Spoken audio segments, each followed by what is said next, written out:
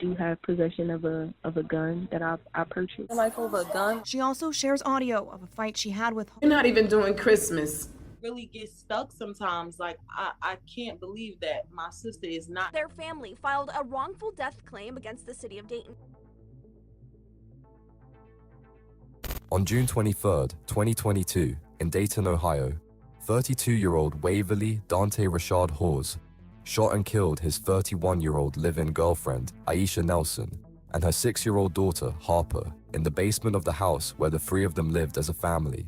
That same night, just hours before the murders, police had come to that exact address, called out over a conflict between the couple, and left without taking any action at all.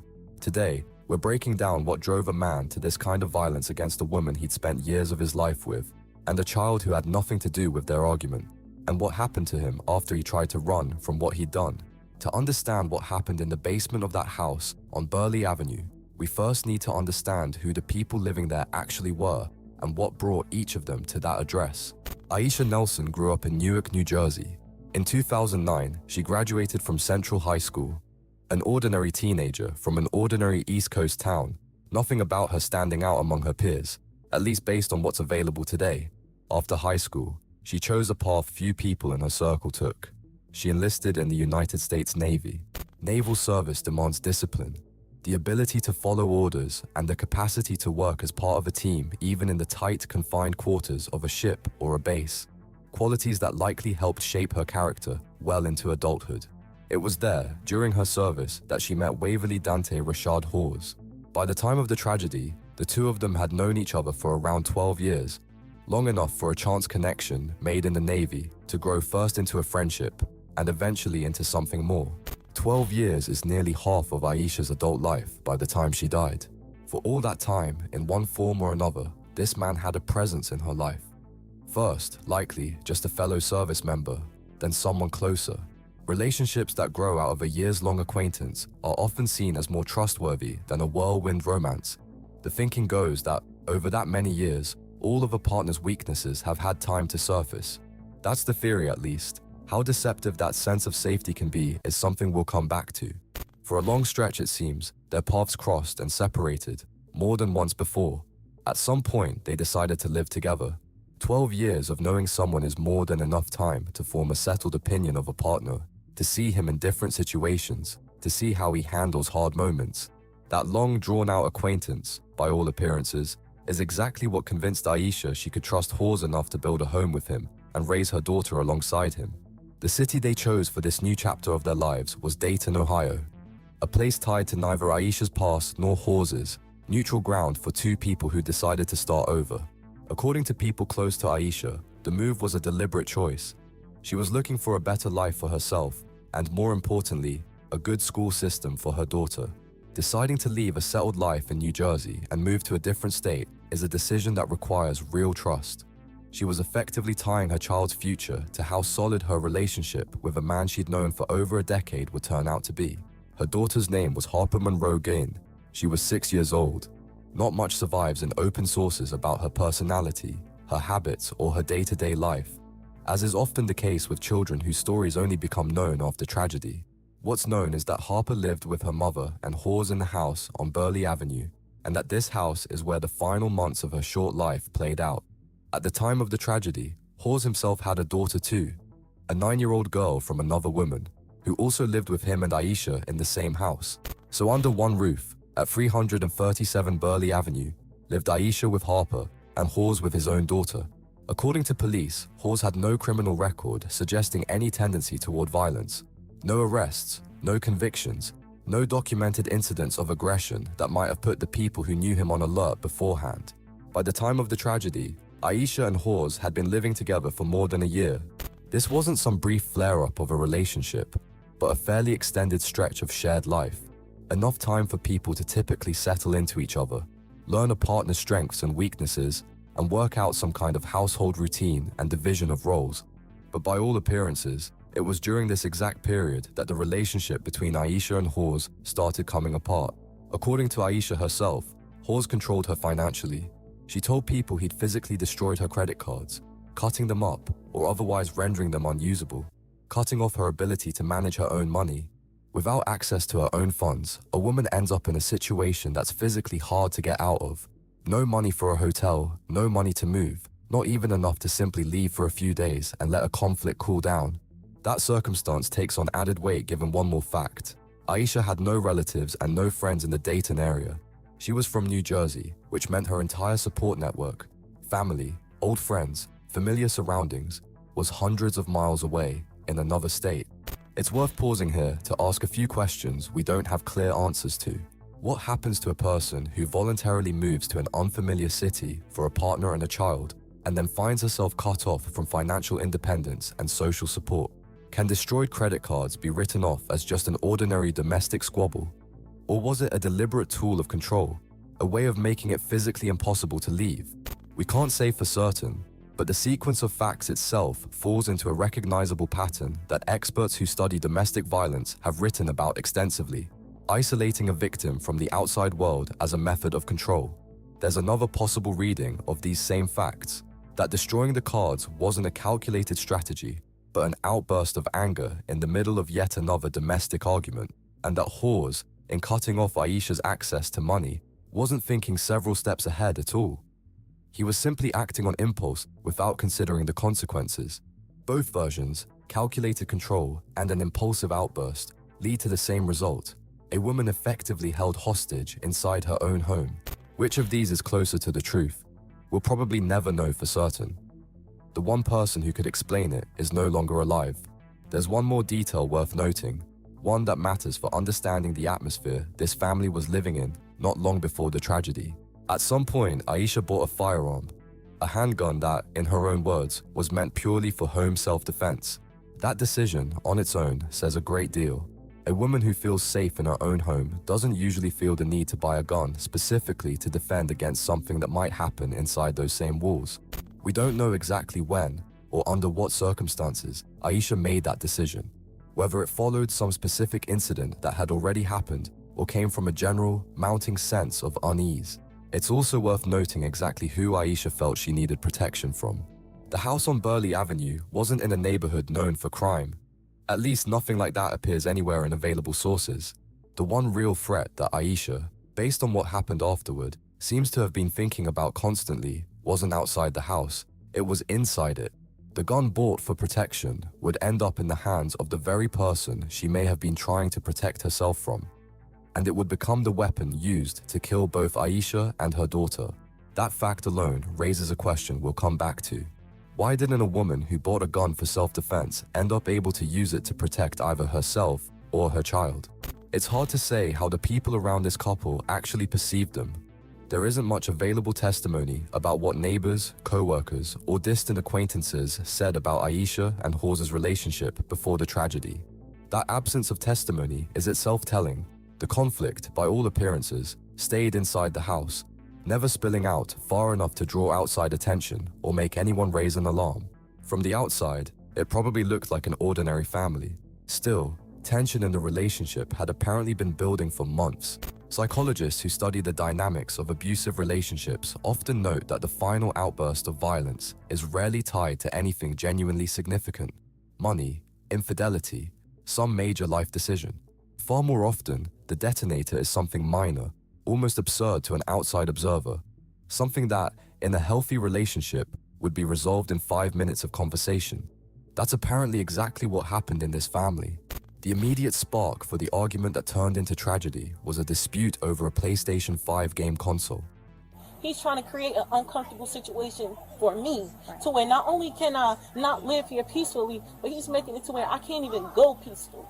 Hawes accused Aisha of hiding his console and also accused her of trashing part of the house during the fight. A game console is an object that, measured against a human life, is worth next to nothing. Before we go further, if this case has your attention, hit that like button. It tells us these are the stories worth telling. Subscribe so you don't miss the next investigation. And drop a comment. What's your read on this case so far? Now, back to it. An argument over a game console, seemingly not worth anyone's attention, became the point of no return that evening. The hours that followed can be reconstructed almost minute by minute, thanks to 911 call recordings and footage from a camera worn on one of the responding officers' uniforms. This is a rare case where the final hours of a person's life are documented almost word for word, minute by minute, and it's exactly that documentary precision that makes what happened especially hard to process. This isn't a reconstruction pieced together from scattered accounts. It's an almost verbatim record of a system, obligated to respond, delaying that response again and again. On June 22nd, 2022, around 5:30 in the evening, Aisha Nelson called 911 for the first time. She told the dispatcher her boyfriend had threatened to kill her and had taken hold of the gun she'd bought herself to protect the house. I do have possession of a gun that I purchased. He did take it, and I didn't make a big fuss about it. But since he threatened my life, he has a name. On the recording of that call, you can hear her trying to sound calm, carefully choosing her words. The way people typically talk when they already know their tone will determine whether they're taken seriously. The dispatcher recommended she come to the nearest police station in person. Police didn't respond to the house on that call. After midnight, now in the early hours of June 23rd, a second call followed. Aisha asked for an officer to be sent to a Family Dollar store so she could file a police report. Not to get Hawes arrested, but, in her own words, to have an official record on file in case she ever needed to defend herself. For that meeting, she got 6-year-old Harper out of the house, put her in the car, and drove to the store. Apparently specifically so that police showing up at the house wouldn't anger Hawes even further. In other words, a woman afraid for her life drove her child out of the house in the middle of the night so police could file a report somewhere out of sight. The dispatcher promised to send an officer. No officer came. Around 12:20 a.m. on June 23rd, a third call came in. Aisha told the dispatcher she'd seen several ambulances and police cars drive past, heading to another call. She said she'd filed a report in the morning and asked that police not be sent to the house that night, again out of fear of angering Hawes further. She asked the officers just call her later instead. After that, she went back into the house with her daughter. Back to the place where, by her own account just hours earlier, a man with a gun had threatened to kill her. 3 calls in 7 hours. 3 times, a woman who, in her own words, was under threat of being killed, reached out to the system meant to protect her. 3 times, that system delayed its response. First by suggesting she come in herself, then with an unfulfilled promise to send an officer, then by her own request not to come out of fear of provoking escalation. Even at this stage, sapis que la mentor pispedstid, a question emerges that will follow this case all the way to its end. What does it take for 3 calls about a gun and death threats to be treated as grounds for immediate intervention? It's also worth noting, none of these 3 calls, on their own, sounded like an emergency call in the conventional sense. No screaming, no gunshot on the line, no immediate danger audible in the call itself. Just a woman's voice laying out facts while at the same time asking police not to push too hard. That restraint, rarely typical of someone in a state of genuine panic, may well have played a role in how seriously the situation ended up being assessed. The final chapter didn't begin with another call from Aisha. Around 1:30 in the morning, Hawes himself called the police. My girlfriend in here acting crazy and tore up the house. I just wanted to get out the house. I don't want no problem. He demanded Aisha be removed from the house, telling the dispatcher his girlfriend was acting irrationally, that she trashed the place, and that he just wanted her to leave without any trouble for himself. The man whose gun a woman had reported 3 separate times that evening called the police himself with a complaint about her. And, notably, it was this 4th call of the night, not the previous 3, that finally brought a patrol car to the house on Burley Avenue. Around 1:40 a.m., 2 Dayton police officers arrived at Burley Avenue, Terrell Moore and Catherine Santos. By this point, more than 8 hours had passed since Aisha's first call. Aisha met them outside and immediately told them she'd already called 3 times that evening, even though she hadn't wanted police to come directly to the house. The officers split up. Moore went down to the basement to talk to Hawes, while Santos stayed on the porch to talk with Aisha. A standard split for calls like this, where each officer hears one side of the conflict separately from the other person involved. On the porch, Aisha showed Officer Santos a recording on her phone, an audio clip of an earlier argument with Hawes, which she'd apparently saved in advance, knowing she'd eventually need to prove this to someone. Upstairs, like, we just started arguing, and he was like, "You'll get the out of here. I'll get my sisters and everybody to beat you up." On the recording, a man's voice can be heard. "You need to get out of my house." Aisha responds, "No." Hawes' voice continues, "I bet you're gonna leave. One way or the other, You don't want this. Aisha told the officer that the night before, Hawes had been holding the gun, and after going back upstairs, told her that if she didn't get out of the house, he'd call his sisters and everyone else to come beat her, and then added a question she remembered word for word. Was she really ready to lose her life over a gun? Yeah, I came in here. So he was like, "You really willing to lose your life over a gun?" She also shares audio of a fight she had with A woman stood on the porch of her own house at 2 a.m, repeating a threat on her own life to a police officer, word for word, in the same tone people use to describe an ordinary argument. Meanwhile, in the basement, Moore convinced Hawes to stay put and went back outside. Exactly what was said between Moore and Hawes. During those few minutes the officer spent in the basement isn't detailed in available case materials. What's known is only that it ended with Hawes promising not to come upstairs. Almost immediately after that, Aisha told the officers one more detail. According to her, Hawes was, at that moment, walking around the house waving the gun she herself had bought for protection. The gun, originally purchased for her own safety, was now in the hands of the person she said she needed protection from. And at that moment, it wasn't locked in a safe or a drawer. It was moving, in the hand of a grown man pacing through the house in the middle of the night, just minutes after that same man had promised a police officer he'd stay downstairs. Hearing this, the officers stepped aside to confer with each other, a conversation that would later become the center of intense public attention. Santos said, "She says she thinks this is a real threat, but if that's true, why is she still here?"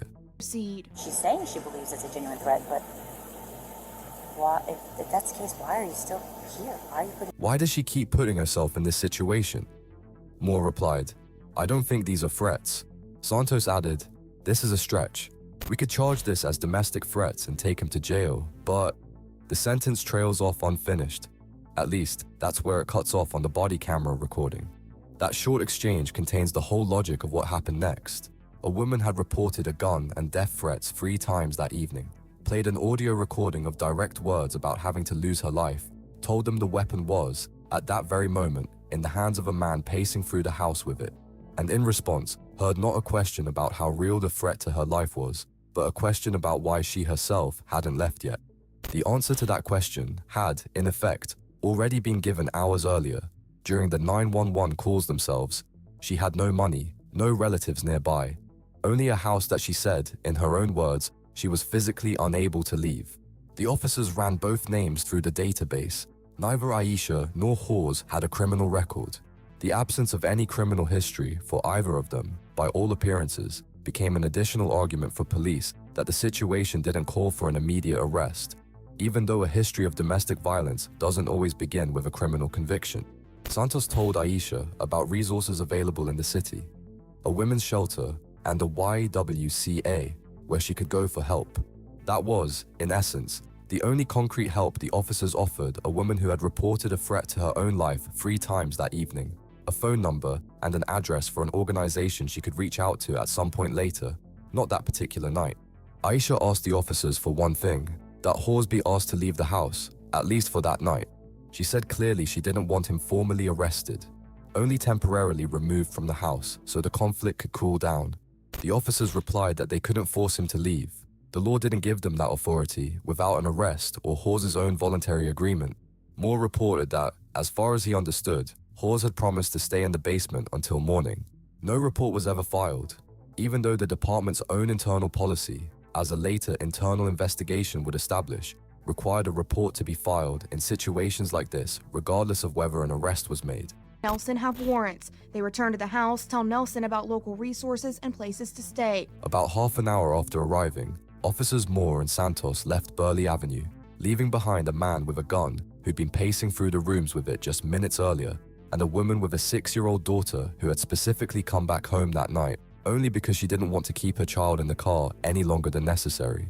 What happened inside the house over the following hours is unknown. There were no more 911 calls, no witnesses, no other information that would allow the events to be reconstructed minute by minute the way the evening and night leading up to police's arrival could be. Don says no report was filed and no arrests were made. He believes Hawes shot and killed Nelson and her daughter, Harper Monroe, about an hour. Based on the investigation's assessment, sometime between 3 and 4 in the morning on June 23rd, Waverly Hawes shot and killed Aisha Nelson and her daughter Harper in the basement of the house on Burley Avenue, the very same basement where, an hour or two earlier, Officer Moore had spoken with him and gotten a promise that he'd stay put until morning. The exact sequence of events during that window remains unknown to investigators. No calls, no recordings, no witnesses survive from that stretch of time. The morning of June 23rd in this part of Dayton, by all appearances, began like any other ordinary weekday morning. According to the outlet RLS Media, before leaving the house, Hawes called his father. In that call, he told his father he'd fired several shots at his girlfriend during an argument, an admission that, by all appearances, was delivered as a simple statement of fact, not as the confession of someone grasping the scale of what he'd just done. Based on available information, there was no mention of Harper's fate in that conversation. Either Hawes didn't mention her to his father, or that detail of the call never reached investigators. What his father actually said in response to that confession isn't reported in available sources. All we can do is infer, based on Hawes' subsequent actions, that this call didn't lead to a call to police, an attempt to stop his son, or any other kind of intervention that would have changed the course of what followed. Formally, that remains an assumption. There's no direct information in open sources about the content of the father's response, but the actual timeline speaks for itself. Hawes' next move wasn't to turn himself in, but to organize an escape. After that call, Hawes put his 9-year-old daughter, the same girl who'd been living with him and Aisha in that house, into the car and drove her to her grandfather's house. No one was home. Hawes left the child there, unsupervised, and drove off alone, heading toward Alabama. That decision on its own, to get the child somewhere safe first, before fleeing, deserves particular attention. Hawes didn't leave the girl in the house where the bodies lay, and he didn't take her with him on the run. He chose a third option. He drove her to a place where, by his own calculation, an adult capable of caring for her should have been. That calculation didn't pan out. Her grandfather's house turned out to be empty. But the mere fact that a man who had just committed a double murder found it in himself to secure one child's safety before turning to his own escape suggests some degree of composure that remained with him even in the first hours after what he'd done. The 9-year-old girl left on the doorstep of an empty house that morning ended up in a position that's hard to fully grasp. Her father had just killed the woman she'd shared a home with, and the 6-year-old girl she'd likely spent the last year growing up alongside. And then he drove her to a house where no one was there and left without explaining anything. What exactly she saw or heard in the hours leading up to that drive is likely known only to her, and open sources say nothing about it. Around 11:45 a.m. on June 23rd, a call came in to police asking them to check on the welfare of the people living in the house on Burley Avenue. According to available information, the caller was the suspect's own mother. Her son had dropped off his daughter and then disappeared, without offering any explanation. And that was enough to raise real concern in an older woman, prompting her to call police. Police responded to the address and found the bodies of Aisha Nelson and her daughter Harper in the basement. The details of exactly what the responding officers saw, who entered the house first, and what condition the bodies were found in are details that, in case materials like this, are deliberately not disclosed publicly, and we won't speculate about anything not confirmed by official sources. What's known is only the bare fact. Less than 10 hours after a patrol car drove away from this house, a second patrol car arrived back at the same address, this time to find bodies. While police in Dayton worked the scene where the bodies were found, the search for Hawes himself was already underway in another state. By all appearances, he made no attempt to conceal his location through any special measures. His route was tracked through GPS pings from his own cell phone, the simplest and most obvious way to track someone's movements in the modern world. A man who, by all appearances, had planned exactly where to take his daughter before fleeing either hadn't considered that the phone in his pocket would give away his location, or had made a decision not to hide at all. A possibility we'll return to as we get to the end of this story.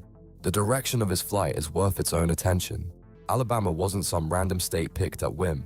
By all appearances, Hawes had some connection or reason to head there specifically, though open sources don't specify exactly what drew him.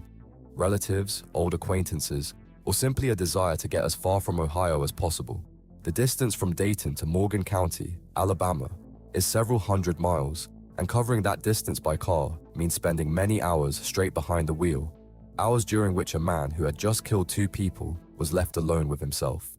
In the afternoon of June 23rd, Morgan County Sheriff's deputies, working together with police in the city of Falkville, Alabama, located Hawes' vehicle, tracking his phone's signal. Inside the car was Hawes himself. dead by all appearances from a self-inflicted gunshot wound. Morgan County Coroner Jeff Chun confirmed the death at the scene. Next to the body, police found a gun. The same gun Aisha had bought to protect her home. The same gun that, by all accounts, had been used to kill her and her daughter, and which had now made its way from a basement in Dayton to the front seat of a car in another state, to end the life of the very man who'd brought it there. 3 lives ended by the same weapon in under 24 hours. It's worth paying attention to how this manhunt itself was organized. It involved 2 separate agencies from another state working together: the Morgan County Sheriff's Office and the Falkville Police Department, who, by all appearances, coordinated quickly and without the kind of delays that had characterized Aisha's calls the night before. A GPS signal from a phone, a forensic examination at the scene, a coroner arriving to officially confirm the death. The entire procedure was carried out methodically and quickly, wrapping up within the span of a single afternoon. The irony of that speed is that it was no longer aimed at preventing a tragedy, only at confirming and documenting one that had already happened. It also remains an open question what was going through Hawes's mind during those hours on the run, from the moment he left the house on Burley Avenue to the moment he was found in a car hundreds of miles away. He didn't try to contact a lawyer, and based on available information, didn't try to flee the country or hide anywhere in any serious way. He simply drove until he stopped in a car with the same gun he'd brought with him from the house in Dayton. There will never be a criminal trial for Waverly Hawes. The accused is dead, and the justice system doesn't try people who are no longer alive. A case that, under different circumstances, could have become a major trial with a jury, witnesses, and a verdict, ended the same day Hawes's body was found in Alabama. But it wasn't a criminal court that put a final point on this story. It was a civil lawsuit the Nelson family filed 6 months after the tragedy. Gunshot. Robert Gresham, the attorney representing Nelson's family, says prior to their deaths, Aisha made multiple calls to the Dayton police. In December 2022, the Nelson family filed a wrongful death lawsuit in Montgomery County Common Pleas Court.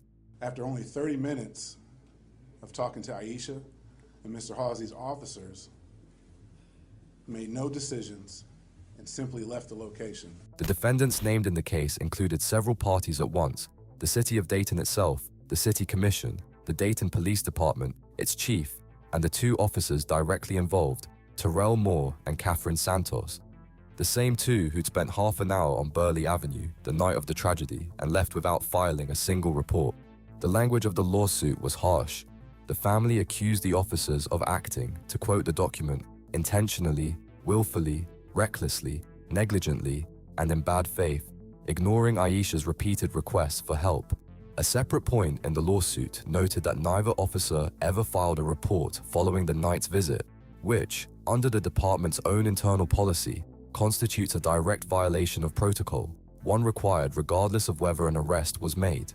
In February 2023, before the civil suit was even heard on its merits, Dayton police released the findings of their own internal investigation.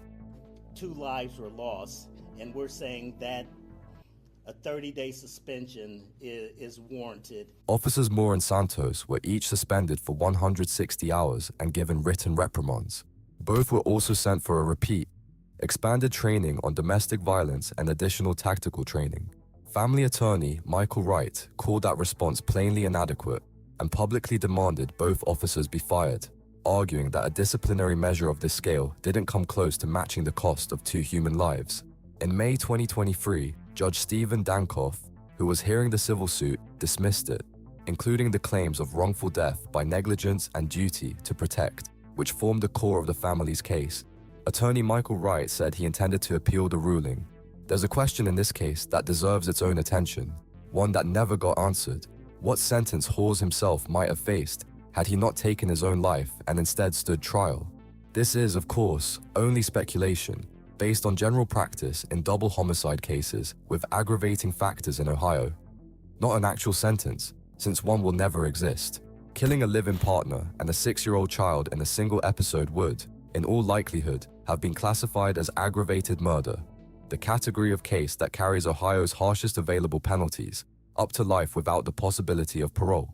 Courts traditionally treat the killing of a child as a separate aggravating factor, one capable of affecting the severity of a sentence regardless of the motive behind the killing of the adult victim.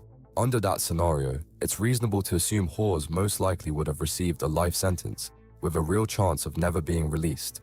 But that will forever remain only a hypothesis. The man who could have sat in that defendant's chair chose to pass his own sentence instead, behind the wheel of a car in Alabama. Having served out their disciplinary suspensions, Officers Terrell Moore and Catherine Santos continued serving with the Dayton Police Department. The 160 hours of suspension expired. The reprimands stayed in their personnel files. The retraining courses were completed, and both returned to the streets of the same city, patrolling the same neighborhoods, responding to the same kinds of domestic violence calls they'd failed to handle on one night in June. They weren't fired. For a family that had demanded both officers be terminated as the only proportionate response to the loss of 2 lives, that became its own separate source of pain, no less perhaps than the court's dismissal of the lawsuit itself. The outcome of the appeal Attorney Wright promised to file after Judge Dankoff's ruling isn't reflected in any available source as of today. The case is either still working its way through the system, or its resolution simply never reached the public record. The case of Aisha Nelson and Harper Monroe ended up reaching far beyond the tragedy of a single family. It drew attention to a broader, systemic problem: how police, in general, respond to domestic violence calls in situations where the victim herself isn't pushing for an immediate arrest. The question this case raised turned out to be much bigger than one night on Burley Avenue. Can victims who, out of fear, dependency, or other reasons aren't ready to demand an arrest, count on protection from the law at all?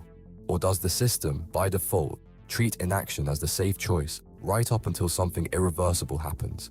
For Aisha's family, the time after the tragedy brought neither closure nor peace. Aisha's mother, Keely Nelson, spoke publicly from the very beginning. Just to know that I no longer have my daughter or my granddaughter here, because I feel as though it was negligence. Even before the lawsuit was filed, she called what happened negligence. In her words, the tragedy could have been prevented, and it wasn't. Later, describing what life has looked like for the family since, she told reporters that holidays simply aren't celebrated in her house anymore. Not Christmas, not any other holiday. It just doesn't happen. She spoke about her own state of mind even more bluntly, admitting she wouldn't wish that feeling on an enemy, because inside, there's only emptiness.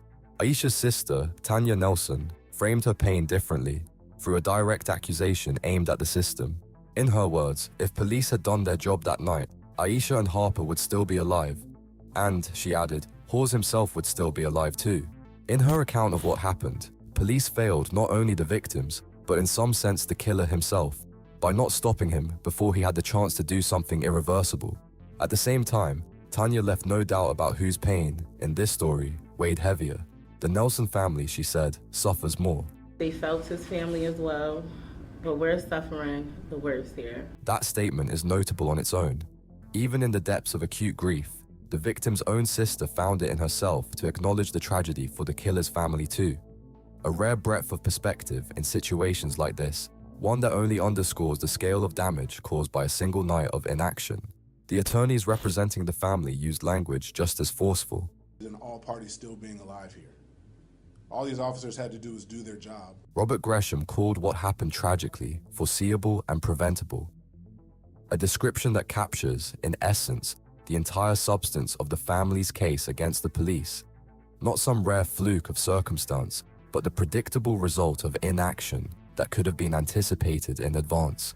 At one press conference, he summed up the family's position simply: they're asking for accountability, they're asking for answers, and they've gotten neither since June 2022. A separate voice in this story came from an outside expert, University of Dayton law professor and sitting judge Tom Hagel. Could come to a conclusion that she was being threatened. He says a threat is just one form of domestic violence. After reviewing footage from one of the officer's body cameras, he stated publicly that he understood exactly how Aisha could have concluded her life was in danger, and that police, in his view, theoretically had more than enough legal grounds to arrest Hawes that night. All that was required was a reasonable belief the threat was real, not proof beyond a doubt. That her report was not filed under this set of circumstances, especially since there is statement from the woman that a gun is involved. He separately expressed surprise that no report was ever filed following the visit, especially given that the woman had explicitly stated there was a gun in the house. the public opinion of a sitting judge became one of the few independent professional confirmations that police genuinely did have the option to act differently. Not an outside journalist's assessment, but the judgment of someone whose entire profession consists of determining exactly where the line falls between reasonable suspicion and sufficient grounds for arrest. Amy Dudley, director of the Survivor Support Center at the YWCA, without commenting directly on this specific case, spoke about a broader problem relevant to situations like this one. When officers on the scene don't believe an arrest is warranted, they have the option of bringing in a victim advocate who can help put together a safety plan, point to available resources, and, if needed, arrange transportation to somewhere safe. This case drew attention well beyond Dayton. The TV station WKEF obtained footage from one of the officers' body cameras through a public records request and published it on July 6, 2022, 2 weeks after the tragedy. That release is what brought the officers' porch conversation into the public eye and made it the subject of widespread discussion long before the lawsuit was even filed. The British outlet The Sun also covered the story, a rarity for a local American domestic violence case, and a clear sign of just how far this story resonated beyond the state of Ohio. Today, the house on Burley Avenue likely stands just as it did back then, an ordinary building on an ordinary block, nothing about it standing out from its neighbors unless you know its history. Aisha Nelson moved to Dayton looking for a better life for her daughter. Harper was supposed to grow up, finish school the way her mother once had in Newark, and live a life of her own that we'll never get to know. Neither of them did anything that could have deserved what happened to them in the basement of their own home. 3 calls, half an hour of conversation on a porch. One question, why is she still here? How many more women have to be killed before police stop blaming them for not fleeing their own homes?